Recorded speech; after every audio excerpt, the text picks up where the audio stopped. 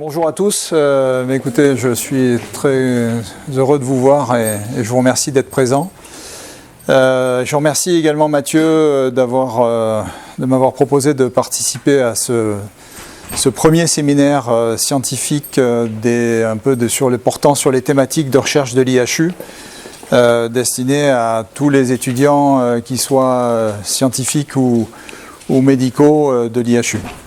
Donc je voudrais commencer par une thématique qui regroupe deux thèmes de recherche de l'IHU qui sont des thèmes pour l'un au moins ancien, qui est la fièvre Q, et qui va se recouper avec la génomique, qui est une autre des thématiques importantes de l'IHU depuis des années. La fièvre Q, l'étude de la fièvre Q, elle a commencé en 1985. Puisque c'est la date à laquelle Didier Raoult a obtenu le centre national de référence de cette maladie à Marseille, et on a gardé le centre national de référence de la fièvre Q à Marseille depuis 1985. Donc, la fièvre Q, c'est une maladie qui est causée par une petite bactérie qui s'appelle Coxiella burnetii. Cette petite bactérie que vous voyez à l'intérieur de cette vacuole, là, elle est, comme vous le voyez, elle a des formes variable, elle est un peu, on appelle ça pléomorphe. Ce sont des petites bactéries.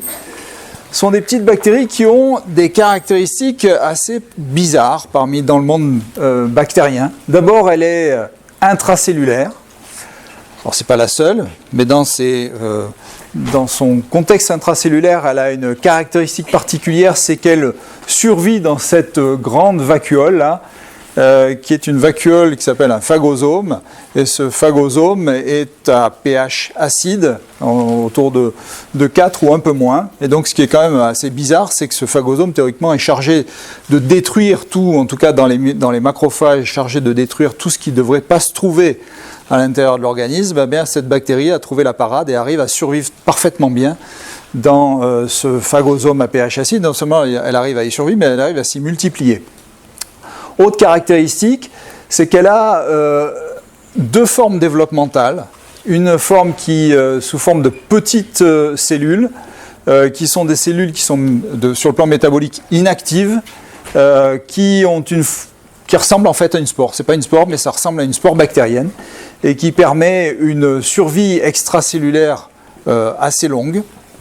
Et ce qui explique que dans un environnement qui est contaminé par Coxiella burnetii, eh bien on peut contracter la bactérie, la maladie, même s'il n'y a pas d'animaux pour la transmettre.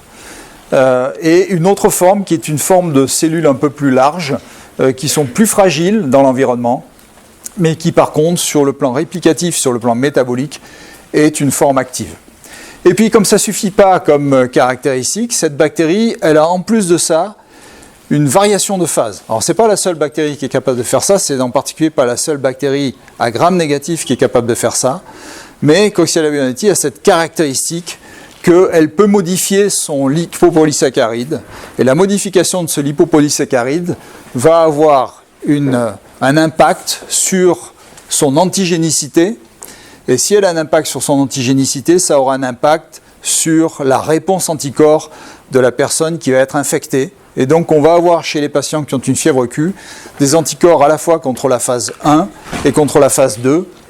La phase 1 étant en fait un LPS, un lipopolysaccharide entier, et la phase 2 étant un lipopolysaccharide qui est tronqué. C'est une bactérie qui est considérée comme dangereuse, avec un réservoir zoonotique. Alors essentiellement, vous voyez ici des moutons. Or c'est vrai que c'est plutôt les moutons et les chèvres qui transmettent et qui sont le réservoir de Coxiella, et un peu moins les bovins, mais les bovins peuvent aussi, et d'autres animaux, les chats, les chiens, les pigeons, et tout un tas d'autres animaux peuvent éventuellement constituer un réservoir de Coxiella. On y reviendra par exemple pour la Guyane. C'est une bactérie qui est infectante à une dose faible. On estime que moins de 10 bactéries, un inoculum de moins de 10 bactéries peut causer la fièvre Q. C'est une bactérie qui est classée comme un agent de classe de niveau de sécurité biologique 3, et le CDC aux États-Unis la considère toujours comme un agent potentiel de bioterrorisme de classe B. Alors, la fièvre Q causée par Coxiella burnetii, c'est une maladie qu'on rencontre dans le monde entier, ou presque. les Néo-Zélandais, ça, je n'ai toujours pas compris pourquoi, mais les Néo-Zélandais clament qu'ils n'ont pas de fièvre Q, alors qu'il y en a partout ailleurs. Bon, très bien. C'est la 8e zoonose la plus fréquente en Europe, avec, rapporté par le ECDC, 460 cas par an.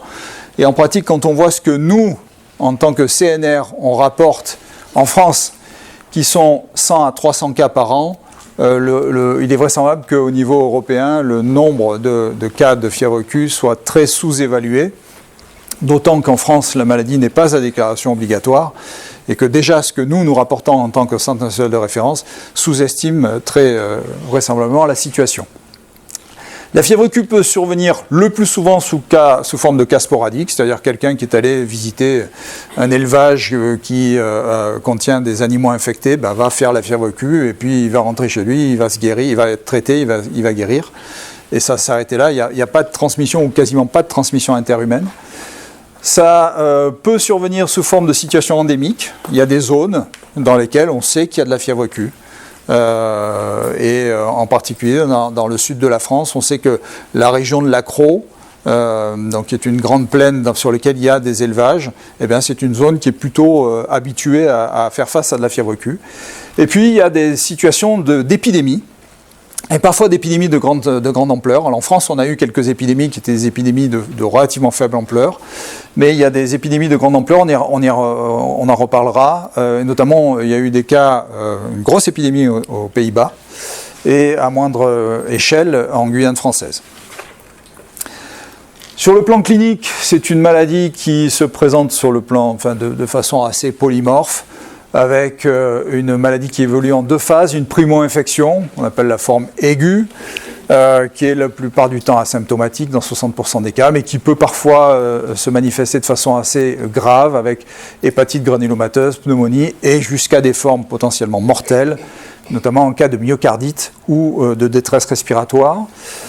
Et puis la deuxième phase, la phase un peu plus tardive, après 6 mois d'évolution, c'est une forme qu'on appelle la forme focalisée persistante, qu'on appelait auparavant la forme chronique, et qui va toucher essentiellement les valves cardiaques ou les vaisseaux sous forme donc d'endocardite ou d'infection vasculaire. Il y a des formes un peu moins fréquentes, comme des infections ostéo-articulaires, ou même y compris des adénopathies persistantes qui peuvent évoluer jusqu'à des lymphomes, mais qui sont aussi des formes un peu moins fréquentes. Alors, là où la génomique devient intéressante, c'est d'abord pour comprendre comment se comporte cette bactérie et comment elle vit dans cet environnement particulier. Et puis aussi, c'est qu'on s'est aperçu que cette bactérie, elle n'est pas partout la même. En particulier, il y a eu des études assez précoces qui ont montré que, par exemple, au Canada, dans le Pays Basque, en Guyane, aux Pays-Bas ou en Suisse, la fièvre Q aiguë se manifeste essentiellement sous forme de pneumonie. Alors que si vous regardez le reste du temps en France, ou en Andalousie, ou en Australie, là où il y a eu des enquêtes de grande ampleur, eh bien la maladie elle se manifeste plutôt comme une hépatite. C'est bizarre ça. Pourquoi est-ce qu'il y a cette espèce de spécificité géographique ? Et donc on avait commencé à travailler, il y avait une étude, alors je m'excuse, la qualité de l'image est pas super, donc Félicia D'Amato avait montré dans une étude génotypique basée sur le multispacer typing, et en étudiant des souches du monde entier, qu'il y avait des distributions de génotypes qui variaient effectivement d'un pays à l'autre. Alors il y a des souches, des génotypes qui sont très, vous voyez ici en France on a beaucoup de génotypes, mais on peut les retrouver ailleurs. Et puis il y a des génotypes qui sont a priori spécifiques de pays, comme celui-là au Canada, un ici en Guyane, ou ici par exemple en Arabie Saoudite. Et donc ces variations entre des manifestations cliniques, la virulence spécifique, une distribution géographique particulière, est-ce qu'elle est liée à des mutations? Est-ce qu'elle est liée à l'acquisition de matériel génétique par transfert latéral de gènes? Et finalement, est-ce que la génomique va aider à répondre à ces questions? Alors quand on regarde l'ère génomique, moi j'aime bien parce que j'ai eu la chance, je commençais à être assez âgé, donc j'ai eu la chance de suivre l'évolution de l'histoire génomique depuis le départ. J'ai eu la chance en 1995 d'être dans un des laboratoires qui avait séquencé l'un des deux premiers génomes. Donc ça a été un coup de bol. Et donc j'ai suivi ça avec intérêt depuis le départ. Vous voyez qu'aujourd'hui on a 525 000 génomes bactériens qui sont disponibles dans les bases de données, en partant de 2 en 1995. Le premier séquençage de Coxiella burnetii remonte à 2003. Vous voyez qu'aujourd'hui, il y en avait 4 en 2010, 86 en 2020, 153 aujourd'hui. Alors évidemment, si vous comparez 153 génomes aujourd'hui à 525 000, vous vous dites, ouais, bon d'accord, c'est rien, c'est peanuts. C'est vrai, c'est pas beaucoup, mais séquencer un génome de Coxiella burnetii, c'est pas facile. C'est pas facile parce que c'est une bactérie qu'il faut savoir cultiver, c'est une bactérie qu'il faut savoir purifier, parce qu'elle se cultive quasi exclusivement en milieu liquide, cellulaire.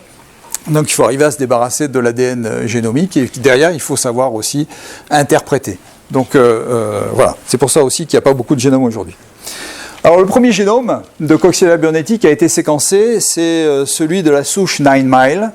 La souche 9 Mile, c'est une souche américaine, c'est une souche très virulente pour l'homme, et c'est une souche de référence. Et donc c'est la phase 1, donc la phase infectante de la bactérie qui a été séquencée par séquençage shotgun, donc technique de Sanger, donc qui prend du temps et qui est compliqué à faire. Et les enseignements sont multiples. La première des choses, c'est que on va trouver un génome de 1,9 ou presque 2 mégabases, ce qui est assez gros pour une bactérie intracellulaire. Les bactéries intracellulaires, si on prend les Rickettsia par exemple, elles vont entre 1,1 et 1,5 maximum.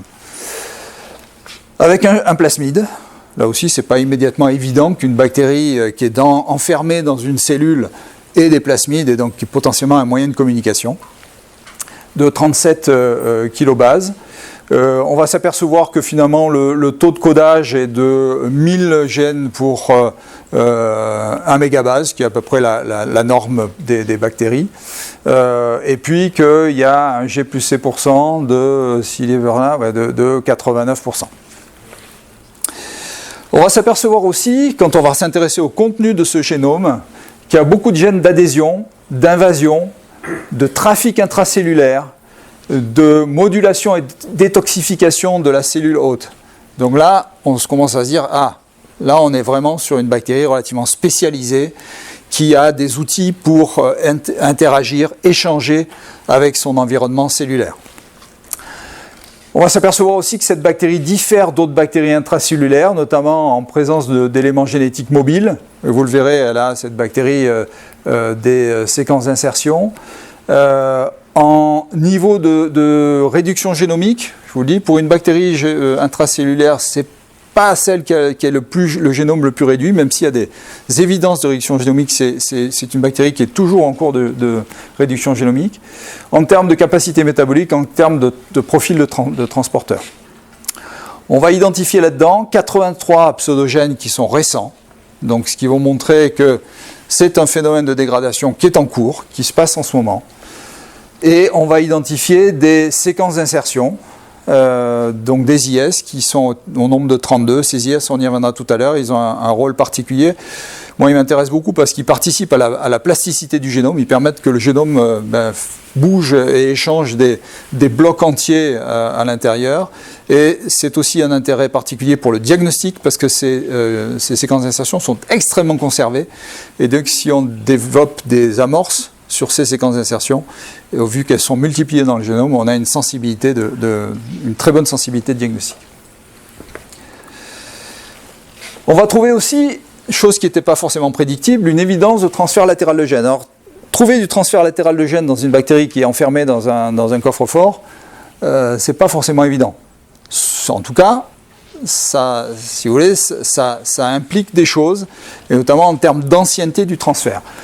On va trouver là-dedans donc une famille de 13 membres de protéines qui contiennent des motifs en chirin repeat. Et ces protéines, en pratique, on ne sait pas à quoi elles servent, mais elles contiennent des motifs en chirin repeat. Les motifs en chirin repeat, ce sont des motifs protéiques qui permettent des interactions protéine-protéine. Et donc, quand il y a des motifs en chirin repeat, on se dit c'est une protéine qui a un rôle dans le métabolisme, qui a un rôle dans l'interaction avec la cellule. Donc, ce truc sert à quelque chose. On ne sait pas à quoi il sert, mais ça sert à quelque chose. Et puis, on va trouver aussi une évidence d'échange de gènes avec un symbionte d'amibes, et notamment avec un ancêtre de chlamydia. Alors, chlamydia et Coxiella. Coxiella burnetii, c'est une gamma-protéobactérie. Les chlamydia, c'est un monde bactérien à part. Sur le plan génétique, ces bactéries n'ont rien à voir. Donc, le fait qu'elles aient un ancêtre commun, enfin qu'elles aient une bactérie en commun, c'est qu'il y a eu à un moment un échange, et donc la possibilité d'un échange, c'est-à-dire la présence concomitante de Coxiella burnetii et d'un ancêtre de Coxiella quelque part dans une cellule. Quelle était cette cellule? Pour l'instant, on ne le sait pas. Est-ce que c'était une amibe? Est-ce que c'était autre chose? On ne sait pas.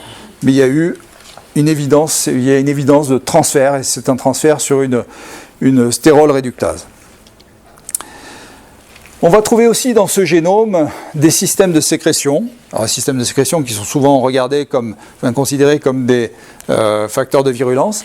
On va trouver un système de sécrétion de type 1 et on va trouver un système de sécrétion de type 4. En revanche, on ne trouvera pas de système de sécrétion de type 2, 3, 5 et 6. Le système de sécrétion de type 4, il est intéressant parce qu'il se rapproche de systèmes de sécrétion qu'on trouve chez Legionella pneumophila. Alors sur le plan génétique, ce n'est pas tellement surprenant parce que Legionella pneumophila et Coxiella sont des bactéries assez génétiquement proches. Mais donc il y a quand même cette proximité avec Legionella pneumophila. Et on va s'apercevoir aussi, en étudiant finalement ce système de sécrétion de type 4 chez plusieurs souches de Coxiella, eh bien que ce système de sécrétion de type 4, il varie, et notamment il varie par des mutations dans certaines des gènes de ce système.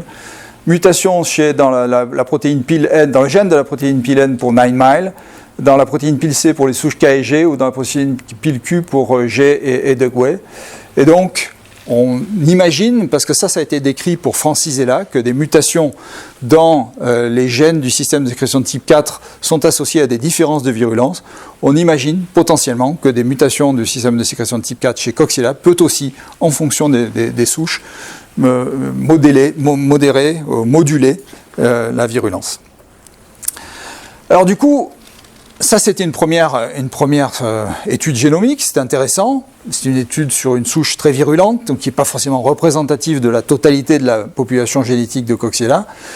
Mais la chance qu'il y a, c'est qu'on a des souches de virulence différentes. Et notamment, il y a des souches qui sont extrêmement virulentes. Alors, la souche 9-mile, je vous en ai parlé. Il y a une souche qui s'appelle Enzerling. Il y a la souche CB175 qui est la souche de Guyane française. Il y a des souches hollandaises qui sont celle-là et celle-là. Et donc celle-là étant responsable de la grande épidémie de Hollande. Elle est une souche allemande. Il y a des souches qui sont modérément virulentes, qui sont capables de donner des infections chez l'homme, mais qui sont des infections plutôt modérées. Et puis il y a des souches qui sont, elles, quasiment jamais trouvées chez l'homme, qui sont des souches peu virulentes. Donc, séquencer les génomes de ces différentes souches permettra potentiellement d'aller identifier des facteurs de virulence et d'imaginer comment la bactérie évolue aussi. Alors, si on prend le premier exemple, c'est la souche hollandaise. La souche hollandaise elle est très intéressante parce qu'elle a causé entre 2007 et 2010 la plus grande épidémie de fièvre Q au monde à ce jour, en tout cas dans l'histoire de la microbiologie. Elle a peut-être causé auparavant, dans les siècles précédents, des grandes épidémies, mais il n'y a pas de témoins pour le dire, on n'avait pas les outils pour le dire. Aujourd'hui, on est capable de le dire, et c'est la plus grande à ce jour, avec 4026 cas confirmés dans un temps court de fièvre Q. Elle est liée à une souche qui est la souche NL602, et cette souche NL602, quand on s'est intéressé à son génome, on n'a pas pu la voir, cette souche, donc on s'est intéressé à une souche qui était génétiquement très très proche, qui est une souche allemande qui s'appelle la Z3055. Et donc le génome de cette souche Z3055 fait presque 2 mégabases, avec là aussi un plasmide QPH1, et un spatiotype, un génotype particulier qui est le MST33. Et ça ne vous surprendra pas forcément, quand on regarde sur le plan phylogénétique où elle se place, cette souche Z3055, elle est très proche de 9-mile, qui est également une souche très virulente. Et par contre, quand on va comparer cette souche Z3055 à la souche 9-mile, on va finalement trouver pas grand-chose. On va trouver des mutations ponctuelles et quelques événements de délétion-insertion. Mais par contre, ce qui est intéressant, c'est que les mutations qu'on va trouver, elles vont se retrouver où ? Je vous parlais tout à l'heure des protéines qui contiennent des motifs en chirin repeat. Et bien, ces mutations, on va les trouver dans ces protéines-là. Donc ces protéines-là, il faudra bien un jour qu'on arrive à trouver à quoi elles servent, mais elles ont un rôle associé quelque part à la virulence. On va la trouver aussi dans des gènes codants pour des facteurs de transcription, dans des gènes codants pour des protéines de traduction, et puis dans des gènes codants pour des membranes protéiques, et des protéines membranaires. Et donc ces gènes codants pour des protéines membranaires, ces protéines membranaires étant souvent des protéines antigéniques, eh bien, modifier une protéine antigénique, bien sûr, peut avoir un impact sur une population qui, comme en Hollande, alors il faut remettre les choses dans leur contexte, la Hollande est l'un des pays qui a le modèle d'élevage industriel, l'un des plus denses au monde. Voilà, c'est un petit pays avec une population qui est importante et avec les fermes qui sont des fermes industrielles qui sont au sortir même des villes. Donc il n'y a pas vraiment en Hollande de campagne et de ville. Tout est intimement lié. Et donc les gens sont assez probablement exposés à Coxiella burnetii de façon habituelle. Et donc les gens ont finalement une espèce d'immunité contre Coxiella. Ce qui s'est passé avec cette souche-là, qui a une antigénicité très très différente des autres souches connues en Hollande, c'est que probablement il y a eu des mutations dans des gènes codant pour des protéines antigéniques. Ces mutations ont causé une modification antigénique assez profonde de la souche, et que la souche, du coup, n'était pas reconnue par la population hollandaise. Et donc c'est comme ça qu'on imagine que cette épidémie est survenue, que par une souche nouvelle, avec un événement accidentel de mutation, qui a fait que la population, qui n'était pas protégée du tout contre ce sérotype, s'est retrouvée une population fragile vis-à-vis de ce sérotype. L'autre exemple dont je voulais vous parler, c'est la Guyane française, avec une maladie qui est connue depuis longtemps en Guyane, et une maladie par contre dont on s'aperçoit que l'incidence, donc le nombre de cas, augmente à partir donc de 2005. Avec une incidence qui va monter jusqu'à 150 cas pour 100 000 habitants, ce qui est beaucoup. Et cette bactérie, cette maladie là-bas, va avoir des caractéristiques particulières, avec une réponse anticorps, des taux d'anticorps qui sont très très élevés par rapport à la fièvre Q telle qu'on la diagnostique chez nous en métropole. Les patients en Guyane ont des taux d'anticorps qui sont 3, 4, 5 fois plus importants. Et puis, on va s'apercevoir aussi qu'ils ont, donc vous le voyez, des formes cliniques qui diffèrent, avec des pneumonies qui représentent 83% des cas, alors qu'en métropole c'est 8%, et ça représente jusqu'à presque 25% de toutes les pneumonies communautaires. A l'inverse, l'hépatite en Guyane ne représente que 32% des cas versus 54%, et l'endocardite ne représente que 7% des cas contre 17% en métropole. Donc vraiment des formes cliniques vraiment très très spécifiques, très très différentes. Et donc on va s'intéresser à savoir pourquoi est-ce qu'il peut y avoir un facteur génétique humain finalement qui explique ces différences cliniques. La Guyane, c'est une zone géographique dans le monde qui est très mélangée génétiquement, et on va tester des patients qui ont été infectés parmi les populations locales, et on va trouver que finalement les créoles sont touchés, les amérindiens sont touchés, les marrons sont touchés, les caucasiens, les asiatiques, tout le monde est touché. Bon, tout le monde est touché et tout le monde fait à peu près les mêmes formes cliniques, donc manifestement le background génétique ne joue pas sur la forme clinique, c'est pas ça qui explique les différences. Et on va s'intéresser surtout à la souche CB175 qui a été identifiée chez l'homme. CB175, c'est la souche guyanaise. On va s'apercevoir qu'elle a une virulence qui est plus importante même que la souche 9 Mile. Et on va chercher son réservoir. Et là, la bagarre commence, parce que trouver le réservoir de 9 Mile dans un environnement qui est très très diversifié, qui est fait de forêts, etc., c'est très compliqué. On va s'intéresser aux chauves-souris, on va s'intéresser à tout un tas d'animaux bizarres comme les capybaras, parce que vous savez, le capybara, c'est le plus gros rongeur au monde. C'est gros comme un chien, hein, mais c'est un rongeur. Et on trouve pas, il y a tout un tas de trucs, jusqu'à ça, le paresseux. Voilà, et c'est finalement le paresseux qui, en Guyane, est le réservoir de Coxiella burnetii, mais pas n'importe quel paresseux. Il y en a deux. C'est le paresseux à 3 doigts. Voilà. C'est pas le paresseux à 2 doigts, non, c'est le paresseux à 3 doigts, je pense. Peu importe, c'est une anecdote, mais voilà, c'est lui qui est le responsable. Et donc, on va bien sûr séquencer le génome de cette souche. Le génome de cette souche va montrer que c'est un génotype spécifique, le MST17, qu'il a un génome qui, vous le voyez, d'à peu près d'une taille à peu près dans la moyenne des génomes de Coxiella, presque 2 mégabases, qu'il a lui aussi un plasmide QPH1, qu'il a un G plus C% de 42%. On va identifier des mutations quand on le compare à 9mile, qui sont essentiellement des mutations ponctuelles, qui vont toucher des protéines métaboliques, qui vont toucher là aussi des domaines en chirin repeat, qui vont toucher des gènes impliqués dans le métabolisme des acides aminés ou dans la biogénèse de la membrane. Et surtout, ce qu'on va trouver de différent, c'est qu'on va trouver une délétion de 6Kb dans le système de sécrétion de type 1. Les systèmes de sécrétion de type 1, je vous dis, les systèmes de sécrétion sont souvent des systèmes qui sont impliqués dans ou suspectés dans la virulence. Et le fait qu'il y ait cette mutation, cette perte d'un gros fragment du système de sécrétion de type 1 est fortement suspecté de jouer un rôle dans l'émergence brutale de cette souche. On va tester d'autres souches guyanaises en se disant, bon, finalement, est-ce que cette épidémie est liée que à celle-là ou liée à d'autres? Et on va retrouver systématiquement cette délétion donc, du système, de ce fragment du système de sécrétion de type 1. Et à l'inverse, on ne trouvera jamais cette délétion dans 300 isolats de Coxiella burnetii, d'autres sources, d'autres zones géographiques, d'autres génotypes, d'autres phénotypes de pathogénicité.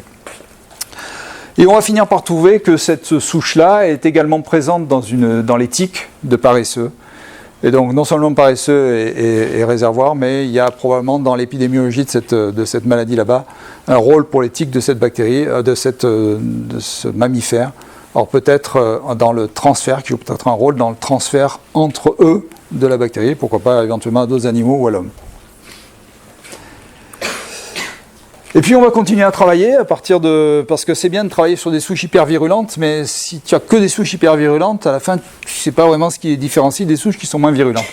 Et donc d'autres vont s'intéresser à des souches moins virulentes, et notamment les souches Dugway, qui elle n'est pas virulente du tout, ou la souche K qui est de virulence intermédiaire. Et on va trouver finalement des pseudogènes. Alors, les pseudogènes, ce sont des gènes qui sont interrompus par au moins un stop codon, un codon stop. Et on va trouver donc des gènes, des pseudogènes dans les souches non virulentes et virulentes, vous voyez, y compris dans les souches non virulentes, il y en a 6,6%, 11,7% dans les souches moyennement virulentes. On va trouver un grand nombre de séquences d'insertion, de 8 types, peu importe. On va trouver encore des évidences de transfert latéral de gènes. Et notamment, là, on va trouver des transferts latéraux de protéines anchyrines contenant des anchyrines lipides, contenant des séquences répétées tétratrichopeptides qui sont elles aussi des motifs protéiques qui permettent des interactions protéine-protéine avec les cellules. Et on va trouver surtout que les variations essentielles sont dans la pseudogénisation, donc l'acquisition de gènes, et dans des réarrangements génomiques qui sont médiés par ces séquences d'insertion, et en particulier les séquences d'insertion IS1111.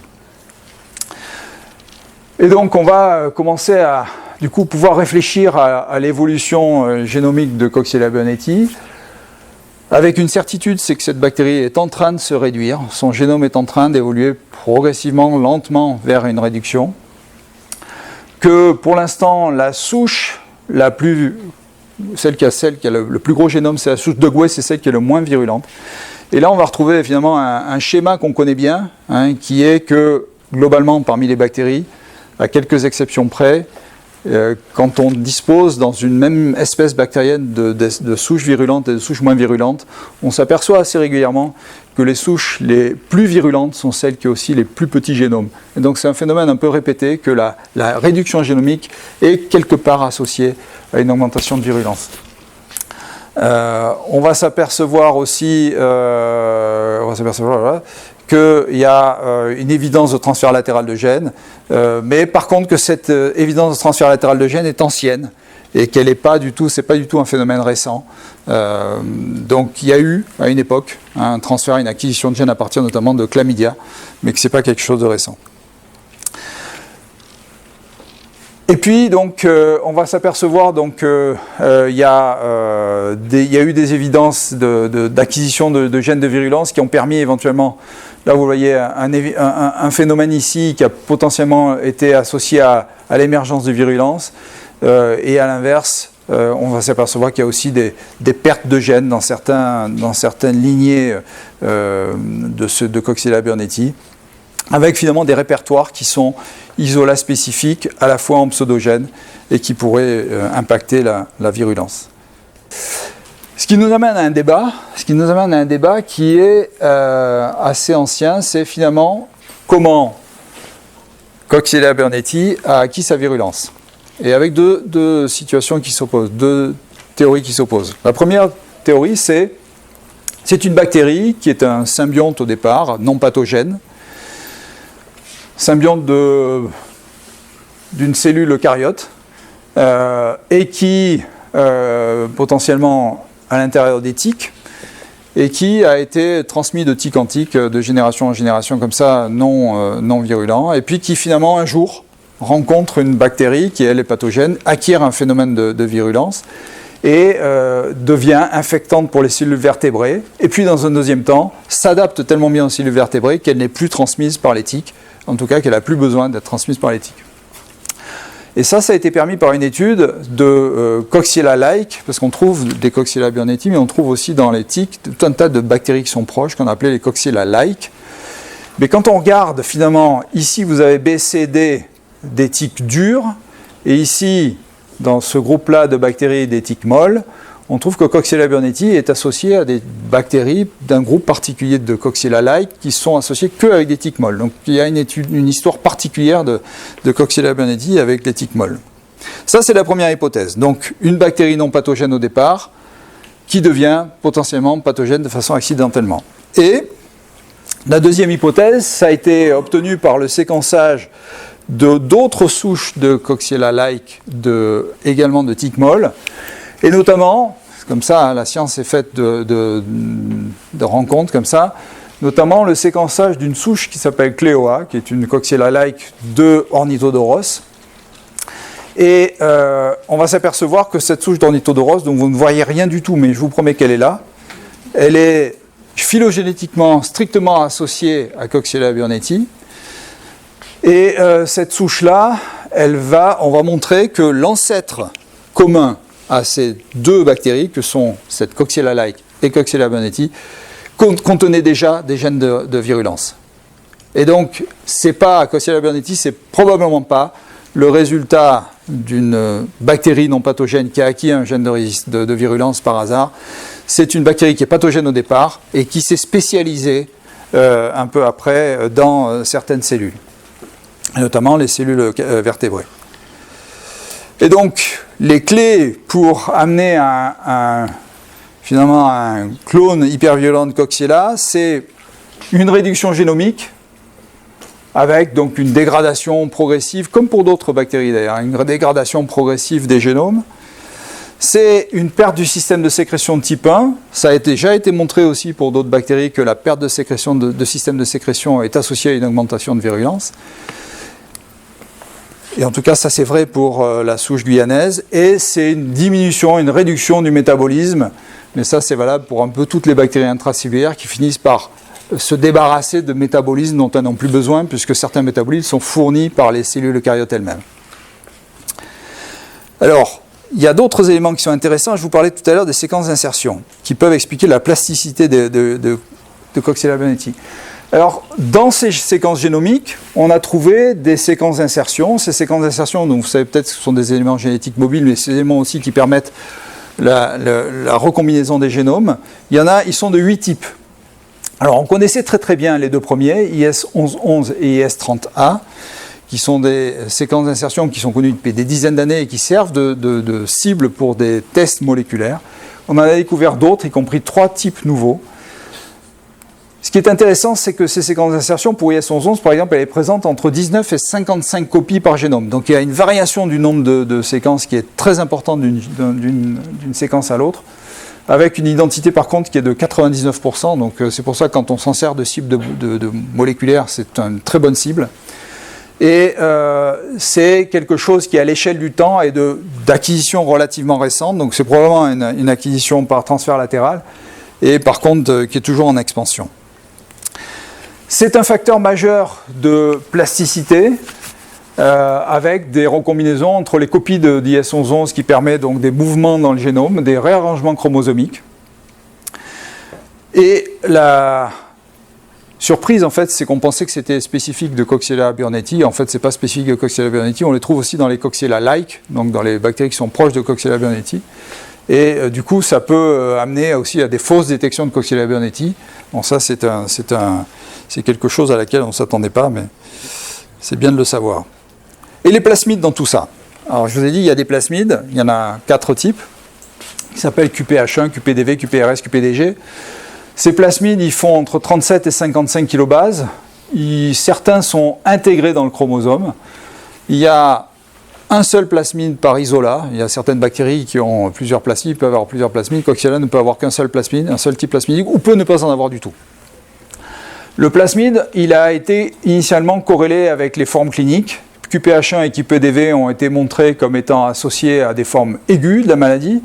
QPRS est plutôt associé à l'endocardite chez l'homme et à des avortements chez l'animal. Et QPDG, par contre, chez l'homme, a un rôle mineur. Il n'est pas fort. Voilà, on ne le retrouve pas. Et les plasmides intégrés, eux, ils ont un rôle dans... les souches qui contiennent un plasmide intégré ont été plutôt associées à l'endocardite. Par contre, cette association n'est pas systématique, c'est plutôt d'ordre statistique. Et il y a une association spécifique pour la grossesse. Alors, je ne vous ai pas parlé de la grossesse, mais Coxiella burnetii, chez l'animal, est associé à des avortements. Chez la femme, chez l'homme aussi. Chez la femme, le Coxiella burnetii peut donner des retards de croissance, peut donner des accouchements prématurés, peut donner des avortements. Et on a montré dans cette étude-là que, vous le voyez par cette étude en composante principale, que l'avortement et la présence du plasmide QPDV étaient très très liés. Avec les génomes, on s'est aussi intéressé à améliorer la culture de Coxiella burnetii. Quand vous disposez du génome, vous savez tout ce que la bactérie est capable de faire ou de ne pas faire. Et Coxiella burnetii, c'est faire plein de trucs, mais c'est aussi ne pas faire un certain nombre de choses. Parce que précisément, elle est intracellulaire, parce que précisément, elle a commencé à perdre des métabolismes qui sont fournis, qui sont suppléés par les cellules eucaryotes et dont elle n'a plus elle-même besoin. Et donc, en allant chercher dans ce génome de Coxiella burnetii, une équipe américaine a réussi à recréer un milieu de culture en suppléant ce milieu de culture, et notamment en citrate de cystéine, en suppléant avec certains des métabolites que la bactérie est plus capable de synthétiser, et a réussi à faire un milieu qu'ils ont appelé le milieu ACCM2, qui permet de cultiver la bactérie en milieu liquide, sans cellules. Ça, c'est quelque chose d'extrêmement précieux. Alors ça, c'est des photos qu'on avait fait dans le laboratoire, c'est Bernard Lascola qui les avait faites. Vous voyez, il y a des petites colonies de Coxiella qui poussent sur gélose. Et vous voyez cette photo qui est en fait une coloration de Jimenez de ces colonies, qui montre qu'on voit très très bien la bactérie. On ne voit absolument pas de cellules, ce qui est absolument merveilleux, parce que là, vous allez avoir vraiment une bactérie propre et un ADN sans ADN eucaryote. Et donc, on a été intéressé, une autre équipe s'est intéressée de savoir si finalement, qu'est-ce qui se passait, parce que quand on fait de la culture de Coxiella burnetii sur cellules, c'est extrêmement fastidieux, il faut des gens qui sont très performants là-dedans, c'est très long, c'est très coûteux, et donc essayer de faire des études comme ça de passage de la bactérie au cours du temps pour savoir comment évolue son génome, c'est très difficile en cellules, c'est très très long. Mais par contre, quand on peut le faire en milieu axénique, en milieu sans cellules, c'est beaucoup plus facile. Donc il y a une équipe qui s'est intéressée à ça. Ils ont fait donc 67 passages de 9 miles, dont on dispose du génome au départ. Et ils sont allés regarder ce qui se passait au cours de ces passages. Ce qu'ils ont montré, c'est plusieurs choses. C'est qu'il y a globalement une down-régulation, donc d'un certain nombre de métabolismes au cours de ces passages, avec une down-régulation du système de sécrétion de type 4, de système de métabolisme de sécrétoire, de gènes codant pour des protéines effectrices, de gènes codant pour des chaperones, le lipopolysaccharide, le peptidoglycane, et des métabolismes centraux comme les transporteurs d'arginine, de glycopeptides et d'acides gras. Très bien. Ce qui était intéressant aussi, c'est qu'ils ont montré finalement par séquençage génomique qu'il ne se passait quasiment rien. Il ne se passe quasiment rien. Alors bien sûr, c'est que 67 passages. Les 67 passages à l'échelle du temps, c'est rien du tout. Donc, mais en attendant, il se passe assez peu de choses et il y a très très peu de mutations. C'est donc les modifications sont plutôt d'ordre adaptatif. Et pour finir cet exposé, je voudrais vous parler d'un travail qu'on a fait à l'IHU sur le pangénome de Coxiella burnetii, qui est à ce jour la plus grande étude en termes en nombre, en tout cas de souches de Coxiella burnetii, qui a porté sur 75 souches, 75 génomes de Coxiella. Cette étude a permis de montrer plusieurs choses. Elle a permis de montrer que les souches qu'on avait étudiées, 75 souches, étaient, d'abord je vais vous montrer desquelles il s'agissait. Il s'agissait de 64 isolats humains, 6 isolats animaux, 5 isolats de tiques, avec une taille moyenne de génome de 2 mégabases, variant très peu, variant de 1,9 à 2,1, avec un G+C% moyenne de 42%, ben peu importe. On s'était bien entendu assuré de prendre des souches qui étaient représentatives d'à peu près tous les spatiotypes et de tous les génotypes et de tous les types de plasmides. Toutes les souches avaient un plasmide, sauf quelques-unes. Les plasmides étaient essentiellement des QPH1. Et puis on avait aussi des souches qui représentaient 22 génotypes, avec comme quand même confirmation, c'est que sur le plan génétique, elles étaient très proches. Donc on était vraiment à l'intérieur d'une même espèce. Coxiella burnetii, tel qu'on le conçoit aujourd'hui, c'est vraiment une seule espèce bactérienne avec une hybridation ADN-ADN. Pour ceux qui savent ce que c'est l'hybridation ADN-ADN, c'est un marqueur d'évaluation de la diversité génétique au sein des bactéries. Il y a une DDH qui est de 74%, quand on est au-dessus de 70%, c'est qu'on est dans la même espèce, entre 74 et 100%, et pareil pour orthoanie, qui est un autre des marqueurs de spécificité, d'homogénéité génétique, on est entre 99,4 et 100%. Mais si je reviens donc à ce schéma, donc on s'est aperçu que ces génomes, finalement, basés sur le corps génome, c'est-à-dire sur tous les gènes communs à l'ensemble de ces 75 génomes, étaient classés dans 13 clusters, et que ces 13 clusters étaient strictement cohérents avec les autres outils de génotypage qu'on avait essayé, donc le multispacer typing, et aussi la présence de plasmides. Donc il n'y a pas de surprise, c'est vraiment une bactérie qui, sur le plan génétique, est extrêmement homogène. Simplement pour avancer là-dessus, donc le corps génome, il fait 1200 gènes. On a trouvé 1300 gènes, c'est-à-dire uniques, ça c'est des gènes qui sont spécifiques d'une seule souche. On a trouvé 1900 gènes qui sont des gènes accessoires, c'est-à-dire qui peuvent être partagés par plusieurs souches, mais ils ne sont pas présents chez tout le monde, et pour un pangénome total de 4500 gènes. Et donc, vous le voyez, avec un ratio corps sur pangénome de 72 à 95%. Donc c'est vraiment sur le plan génétique une bactérie très très conservée. Ça a permis aussi d'identifier donc finalement 5 gènes uniques acquis à partir des chlamydiés. Donc ça confirme simplement qu'à un moment donné, ces bactéries, Coxiella burnetii ou son ancêtre, a été associé quelque part avec un ancêtre de chlamydia et a échangé génétiquement des éléments avec cette bactérie.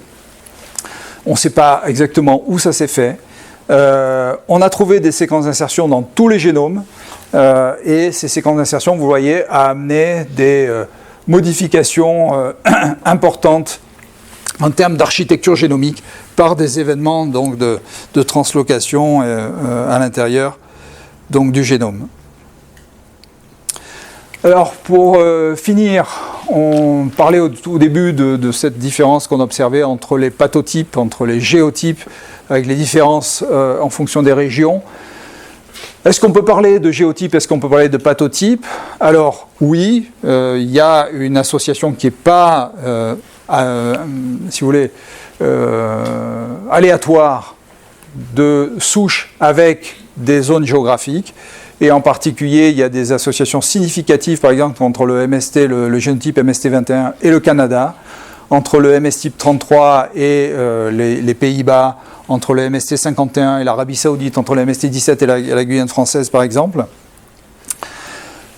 Il y a des spécificités de type pathotypique, c'est-à-dire que certaines souches donnent particulièrement une maladie. C'est le cas par exemple de CB94, CB207, qui n'ont été associés qu'à des hépatites.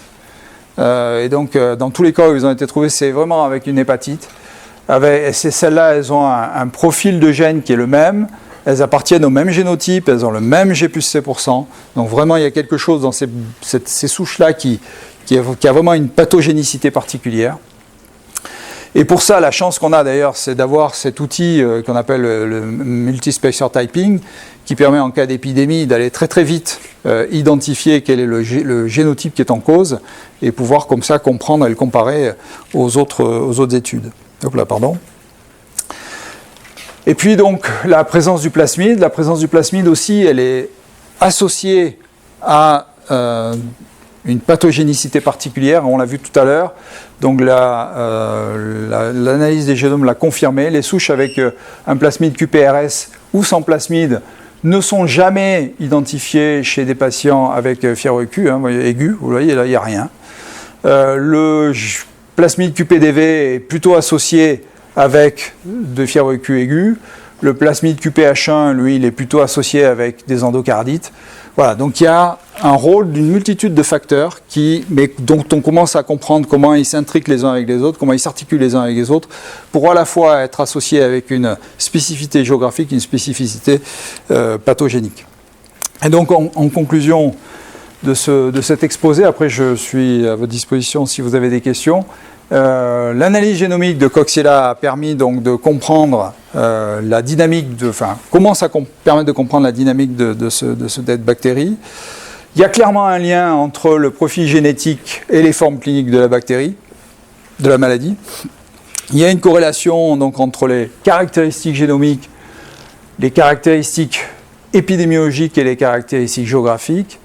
L'évolution génomique de Coxiella, elle ne se fait pas, en tout cas aujourd'hui, par l'acquisition de matériel génétique, mais plutôt par une évolution vers la dégradation génomique, la pseudogénisation, et également par la plasticité grâce aux séquences d'insertion.